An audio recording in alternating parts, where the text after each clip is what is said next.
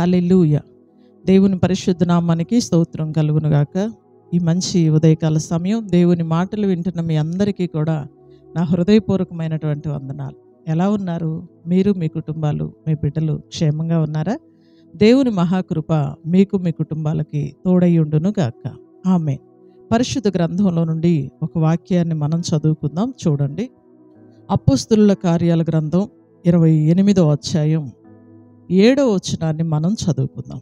అపోస్తలుల కార్యాల గ్రంథం 28వ అధ్యాయం 7వ వచనం. పోప్లి అను ఒకడు ఆ ద్వీపములో ముఖ్యుడు, అతనికి ఆ ప్రాంతములలో భూములు ఉండెను.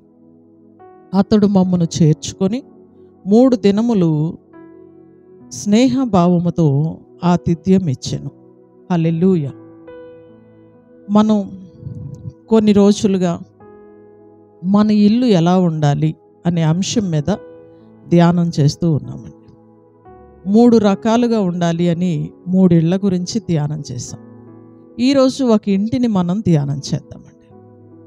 ఈరోజు మనం ధ్యానం చేసే ఇంటి పేరు ఏంటంటే, మన ఇల్లు ఆతిథ్యం ఇచ్చే ఇల్లుగా ఉండాలి. చూడండి, పరిశుద్ధ గ్రంథంలో ఒక్కొక్క ఇంటి గురించి వ్రాయబడి ఉన్నాయి. చాలా ఇళ్ళ గురించి వ్రాయబడి ఉన్నాయి. అన్నిటినీ మనం ధ్యానం చేయలేం, కానీ దేవుడు నాకు ఇచ్చిన సమయంలో కొన్ని ఇళ్లను గురించి మనం ధ్యానం చేద్దాం. అందులో 4వ ఇల్లు ఏ ఇల్లు అయ్యా అంటే, ఆతిథ్యం ఇచ్చే ఇల్లు.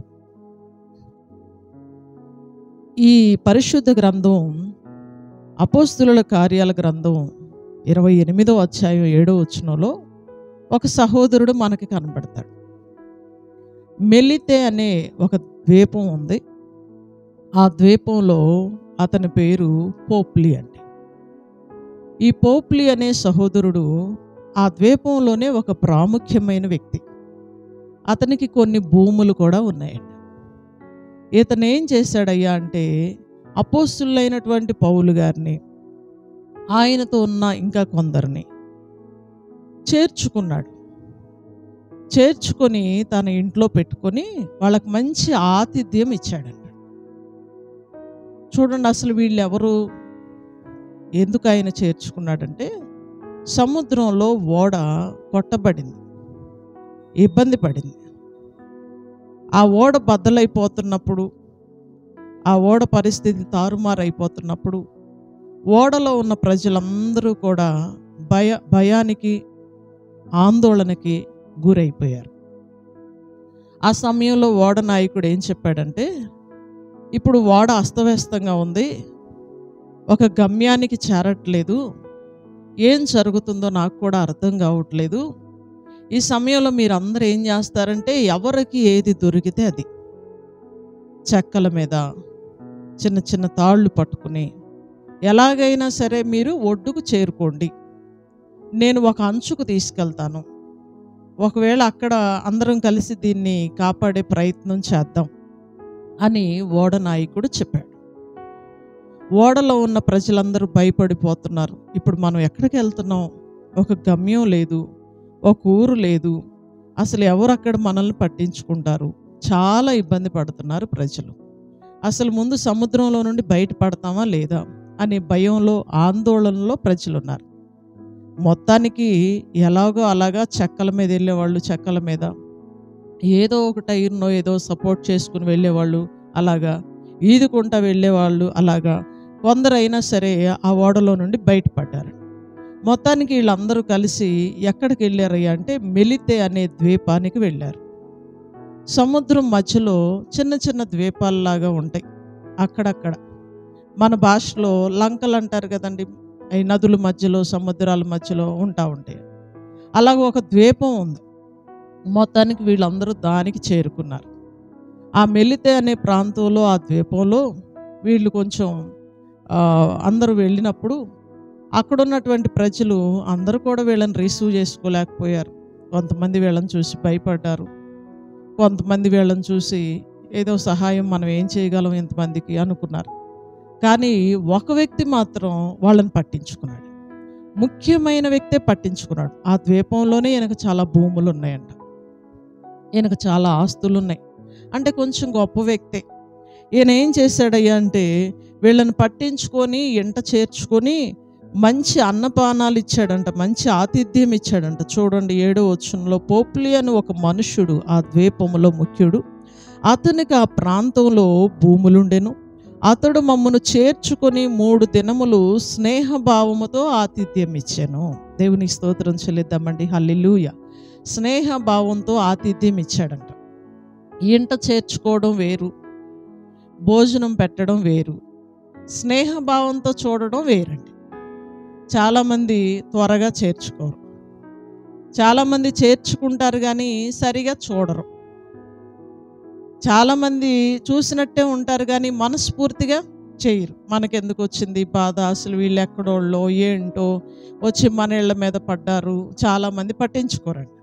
చూడండి, ఒక సమయంలో వరదలు వచ్చాయి కదా, వరదలు వచ్చిన టైంలో ప్రజలందరూ వచ్చి దొనమండలో చేరారు. చిలుకూరు, దాములూరు, కొత్తపేట ప్రజలందరూ వచ్చి దొనమండలో చేరి పాపం గేదెలను పెట్టుకొని రోడ్ల మీద అక్కడ ఇక్కడ ఉండిపోయారు. చాలా ఇబ్బంది పడ్డారు పాపం జనం. కానీ చిలుకూరు నుండి వచ్చిన కొంతమంది ప్రజలకైతే మా ఇంట్లోనే వాళ్ళని ఉంచేసుకున్నామండి కొన్ని రోజులు. పాపం వాళ్ళు ఇక్కడే ఉండండి అమ్మా, నీడ వర్షం పడతా ఉంది, ఇబ్బంది పడతా ఉన్నారు, ఈ రేకుల్లోనే పడుకోండి అంటే, ఈ చర్చ అప్పుడు రేకులు, ఈ రేకుల్లోనే పడుకున్నారు. ఏదో మాకున్నది కొంచెం ఉపమానం, కొంచెం భోజనం చేయగలిగింది చేసాం. మన ఇల్లు ఎలా ఉండాలి అంటే ఆతిథ్యం ఇచ్చేవారి ఇల్లుగా ఉండాలి, ఆపదలో ఉన్న వారిని ఆదుకునే ఇల్లుగా ఉండాలి. ఈ పోపులి అనే సహోదరుడు దైవజనుడిని మాత్రమే కాకుండా అతనితో ఉన్న టీం అందరినీ కూడా చేర్చుకున్నాడు. 3 దినాలు వాళ్ళకి ఆతిథ్యం ఇచ్చాడంట. స్నేహభావంతో చూశాడంట. ఉంచుకోవడం వేరు, భోజనం పెట్టడం వేరు, స్నేహభావంతో చూడటం వేరండి. ఎక్కడి నుండో వచ్చారు, వాళ్ళెవరో వీళ్ళకి తెలియదు, వీళ్ళెవరో వాళ్ళకి తెలియదు, కానీ స్నేహభావంతో చూశాడు. ఈ ఉదయకాల సమయం దేవుని మాటలు వింటున్న ప్రియ సహోదరుడా, ప్రియ సహోదరి, మన ఇల్లు ఆతిథ్యం ఇచ్చే ఇల్లుగా ఉండాలి, ఒకరిని చేర్చుకునే ఇల్లుగా ఉండాలి, ఒకరికి ఆతిథ్యం ఇచ్చే ఇల్లుగా ఉండాలి, అనేకులు మన దగ్గర ఆదరించబడే ఇల్లుగా కూడా ఉండాలండి. ఆతిథ్యం ఇవ్వాలి, భోజనం పెట్టాలి. ఎప్పుడూ కూడా మన ఇల్లు రొట్టెల ఇల్లుగా మారిపోవాలి, అనేక మంది ప్రజలకి ఆతిథ్యం ఇచ్చే ఇల్లుగా మారాలి. బైబిల్ గ్రంథంలో ఒక వ్యక్తిని మనం చూస్తాం. చూడండి, షూనేమి పట్టణంలో గనురాలైన ఒక స్త్రీ ఉంటుంది.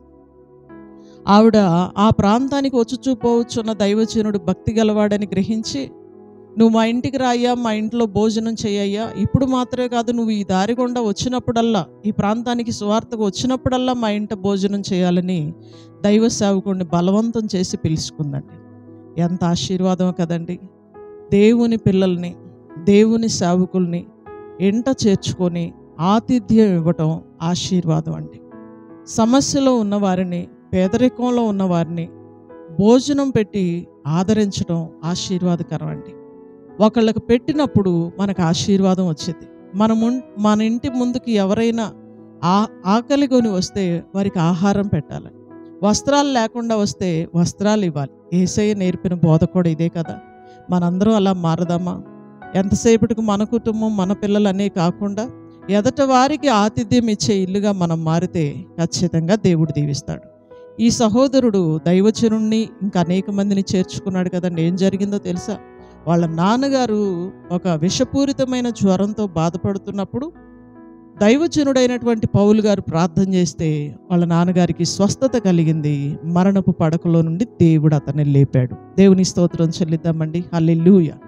సేమ్ టైం గనురాలైన స్త్రీ దైవజనుడికి అన్నం పెట్టి ఇంట చేర్చుకుంది కదండి. ఆ గనురాలైనటువంటి స్త్రీ యొక్క కుమారుడు చనిపోతే దైవజనుడైన ఎలీషా ప్రార్థన చేస్తే చచ్చిపోయిన బిడ్డ పైకి లేచాడు. దేవుని స్తోత్రం చెల్లిద్దామండి. హల్లెలూయా. ఒకరికి ఆతిథ్యం ఇచ్చి అన్నం పెట్టడం వల్ల మన కుటుంబాలు ఆశీర్వదించబడి మన బిడ్డలు దీవెనకరంగా ఉంటారే తప్ప ఇంకా ఎవ్వరికి కూడా ఎదురు చూసేవారిగా ఉండరండి. ఈ ఉదయకాల సమయం మన ఇళ్ళన్నీ ఆతిథ్యం ఇచ్చే ఇళ్ళుగా మారునుగాక, ఎదటి వారికి సహాయపడే ఇళ్ళుగా మారునుగాక. ఎంతసేపటికి మనము మన పిల్లలే కాకుండా ఎదటి వారికి సహాయం చేసి దీవించబడదాం, దైవ దీవెన మనం పొందుదాం. మన ఇల్లు ఆతిథ్యం ఇచ్చే ఇల్లుగా మారునుగాక. ఆమేన్. ప్రార్థన చేసుకుందాం. సకల ఆశీర్వాదములకు కారణభూతుడైన మా తండ్రి, మీ ఘనమైన శ్రేష్టమైన నామానికి వందనాలు, స్తోత్రాలు, స్తుతులు చెల్లిస్తూ ఉన్నాం. ఈ మంచి ఉదయకాల సమయం అమూల్యమైన నీ మాటల ద్వారా మాతో మీరు మాట్లాడినందుకు వందనాలయ్యా. మెలితే అనే ద్వీపంలో సమస్యలో ఉన్నటువంటి దైవజనుడైనటువంటి పౌలు గారిని, తనతో ఉన్నటువంటి ఆ పనివారు అందరినీ కూడా ప్రభువా ఎంట చేర్చుకున్న పోపులి వలె మా కుటుంబాలు ఆతిథ్యం ఇచ్చే ఇల్లుగా మారునుగాక, అనేకులకి సహాయం చేసే ఇల్లుగా మా ఇల్లు మారునుగాక. ఈ ఉదయకాల సమయం ఎంతమంది అయితే నీ వాక్యాన్ని అంగీకరిస్తున్నారో వారిని, వారి కుటుంబాలని యేసుక్రీస్తు నామములో దీవిస్తున్నాం. ఉదయకాలపు దీవెనలు, ఆశీర్వాదాలు మెండుగా నిండుగా వారందరికీ కూడా అనుగ్రహించండి. ఈ రోజంతా నీ కృపా కాపుదల, క్షేమం, దీవెన నీ మాటలు వింటున్న ప్రతి బిడ్డకి మీరు దయచేయండి. అందరి ప్రయాణాల్లో, పనిబాట్లో మీరు తోడుగా ఉండండి. మా ప్రాంతాల్లో ఉన్న మంచి వ్యాపారాలను దీవించండి. ప్రతి కుటుంబాన్ని ప్రభువా మీరు ఆశీర్వదించండి. ఆరోగ్య క్షేమాలు ఇవ్వండి, దీవెనతో నింపండి. స్కూళ్ళకి, కాలేజీలకు వెళ్తున్న పిల్లల్ని కాపాడండి. ఉద్యోగాలకి, డ్యూటీలకు వెళ్తున్న బిడ్డలను మీరు కాపాడండి. ప్రతి బిడ్డ ప్రయాణాల్లో మీరు తోడుగా ఉండి సహాయము చేయమని వేడుకుంటూ నజరేయుడును శక్తి కలిగిన యేసుక్రీస్తు వారి అతి శ్రేష్టమైన నామములో ఈ ప్రార్థన మనవులు అడిగి వేడుకొంచున్నాము తండ్రి. ఆమేన్. హల్లెలూయా. గాడ్ బ్లెస్ యు అండి. దేవుడు మిమ్మల్ని దీవించునుగాక. అందరికి వందనాలు. తిరిగి రేపు ఉదయకాల సమయం ఇదే సమయానికి మరలా మనం తిరిగి కలుసుకుందాం. దైవ దీవెన మీ అందరికీ ఉండునుగాక. ఆమేన్. Praise lord.